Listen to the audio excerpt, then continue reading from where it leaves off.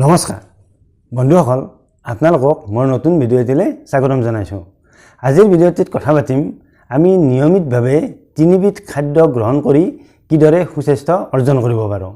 আমি সকলোৱে জানো যে আমি সুস্বাস্থ্য গঠন কৰিবলৈ হ'লে হেলদি ফুড গ্ৰহণ কৰিবই লাগিব আৰু আমাৰ সুস্বাস্থ্যৰ বাবে হেলদি ফুড বহুতো পোৱা যায়।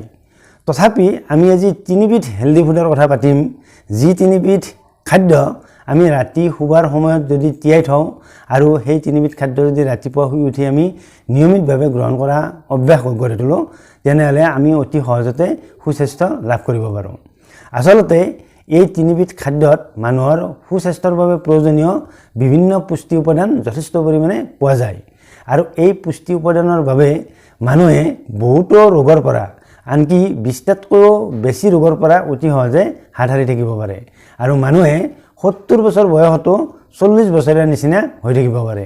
গতিকে আমি যদি নিয়মিতভাৱে এই তিনিবিধ খাদ্য খোৱাৰ অভ্যাস গঢ়ি তোলোঁ, তেনেহ'লে অতি সহজে আমি সুস্বাস্থ্য অৰ্জন কৰিব পাৰিম। গতিকে বন্ধুসকল, ভিডিঅ'টো আপোনালোকে নিশ্চয় শেষলৈকে চাব বুলি আশা কৰিলোঁ আৰু ভিডিঅ'টি চাই ভাল পালে ভিডিঅ'টিত লাইক এটা কৰিব, লগতে ভিডিঅ'টি আপোনালোকৰ লগ বন্ধুৰ মাজত শ্বেয়াৰ কৰিবলৈকো অনুৰোধ জনালোঁ। আমি কথা পাতিব খোজা এই হেলদি খাদ্য তিনিবিধৰ প্ৰথমবিধ হৈছে ৱালনাট বা আখৰোট। আখৰোটত আমাৰ সুস্বাস্থ্যৰ বাবে প্ৰয়োজনীয় কেইবাবিধো পুষ্টি উপাদান ভৰপূৰ মাত্ৰাত পোৱা যায়। আখৰোটত থকা এই পুষ্টিদ্ৰব্যসমূহ হৈছে protein, carbohydrate, fibre, antioxidant, omega 3 fatty acid, iron, zinc, কেইবাবিধো ভিটামিন আদি আখৰোটত যথেষ্ট পৰিমাণে পোৱা যায় আৰু এই পুষ্টি উপাদানসমূহে আমি যদি নিয়মিতভাৱে আখৰোট খোৱা অভ্যাস কৰোঁ, তেনেহ'লে অতি সহজে সুস্বাস্থ্য অৰ্জন কৰাত সহায় কৰিব পাৰে।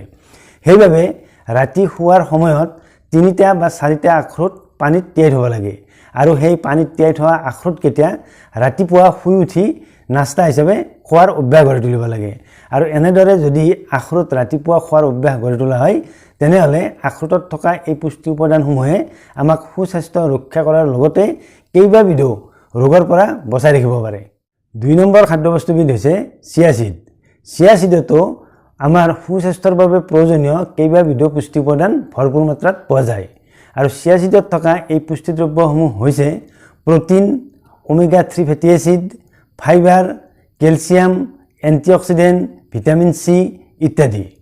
ওমেগা 3 ফেটি এচিডে আচলতে আমাৰ হাৰ্টৰ স্বাস্থ্য ভালে ৰাখে আৰু লগতে কলেষ্ট্ৰলৰ সমস্যাৰ পৰা বা উচ্চ ৰক্তচাপৰ সমস্যাৰ পৰা আমাক বচাই ৰাখিব পাৰে আৰু ইয়াত থকা এণ্টিঅক্সিডেণ্ট আৰু ভিটামিন চিৰ বাবে আমাৰ শৰীৰৰ ৰোগ প্ৰতিৰোধ ক্ষমতা বৃদ্ধি হয়, যাৰ বাবে আমি বিভিন্ন ৰোগৰ পৰা বাচি থকাটো সম্ভৱ। লগতে চিয়া চিডত থকা উচ্চ মাত্ৰাৰ কেলছিয়ামৰ বাবে আমাৰ হাড়ৰ স্বাস্থ্য ভালে থাকে আৰু ইয়াত থকা ফাইবাৰৰ বাবে আমাৰ পেট সদায় চফা হৈ থাকে।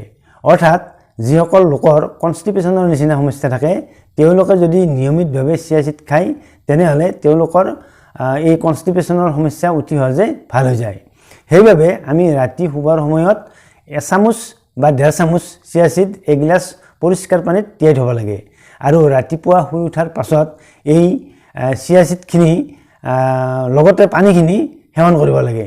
তেতিয়া চিয়া চিডত থকা এই পুষ্টিদ্ৰব্যসমূহে আমাৰ সুস্বাস্থ্য ৰক্ষাত সহায় কৰে আৰু লগতে বিভিন্ন ৰোগৰ পৰা আমাক বচাই ৰখাত সহায় কৰে। 3 নম্বৰ খাদ্যবস্তুবিধ হৈছে কিচমিচ। আঙুৰক এক বিশেষ পদ্ধতিত শুকুৱাই কিচমিচ তৈয়াৰ কৰা হয়। সেইবাবে কিচমিচত মানুহৰ সুস্বাস্থ্যৰ বাবে প্ৰয়োজনীয় কেইবাবিধো পুষ্টি উপাদান ভৰপূৰ পৰিমাণে পোৱা যায়।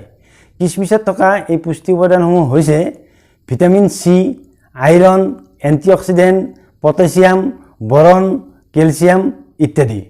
গতিকে কিচমিচ নিয়মিতভাৱে খোৱাৰ অভ্যাস কৰিলে কিচমিচত থকা এই পুষ্টি উপাদানসমূহে আমাক অতি সহজে সুস্বাস্থ্য অৰ্জন কৰাত সহায় কৰে, লগতে বিভিন্ন ৰোগৰ পৰা বচাই ৰাখিব পাৰে। কিচমিচত থকা এণ্টিঅক্সিডেণ্ট আৰু ভিটামিন চিয়ে আমাক ৰোগ প্ৰতিৰোধ ক্ষমতা শক্তিশালী কৰি বিভিন্ন ৰোগৰ পৰা বচাই ৰাখিব পাৰে। লগতে কিচমিচত থকা বৰণে আমাৰ হাড়ৰ সুস্বাস্থ্য ৰক্ষাত সহায় কৰে আৰু ইয়াত থকা আইৰণে আমাৰ হিমোগ্লোবিন গঠনত সহায় কৰে আৰু এনিমিয়াৰ সমস্যা অতি সহজে দূৰ কৰিব পাৰে। যিসকল লোকে এনিমিয়াৰ নিচিনা সমস্যাত ভুগি থাকে, তেওঁলোকে যদি নিয়মিতভাৱে কিচমিচ খোৱাৰ অভ্যাস গঢ়ি তোলে তেনেহ'লে তেওঁলোকৰ এই এনিমিয়াৰ সমস্যা অতি সহজে দূৰ হৈ যায়। সেইবাবে ৰাতি শোৱাৰ সময়ত 15টা বা 16টামান কিচমিচ ভালদৰে ধুই লৈ এগিলাচ পৰিষ্কাৰ পানীত তিয়াই থ'ব লাগে আৰু ৰাতিপুৱা শুই উঠি কিচমিচ কেইটাৰে সৈতে পানীগিলাচ সেৱন কৰিব লাগে। আৰু এনেদৰে যদি ৰাতিপুৱা কিচমিচ আৰু লগতে পানীগিলাচ খোৱাৰ অভ্যাস গঢ়ি তোলা হয় তেনেহ'লে কিচমিচত থকা এই পুষ্টি উপাদানসমূহে আমাৰ সুস্বাস্থ্য ৰক্ষাত সহায় কৰি বিভিন্ন ৰোগ ব্যাধিৰ পৰা আমাক বচাই ৰাখিব পাৰে। গতিকে বন্ধুসকল, আমি এই তিনিওবিধ খাদ্যবস্তু ৰাতি তিয়াই থৈ ৰাতিপুৱা খোৱাৰ অভ্যাস গঢ়ি তুলি আমি সুস্বাস্থ্য ৰক্ষা কৰোঁ আহক।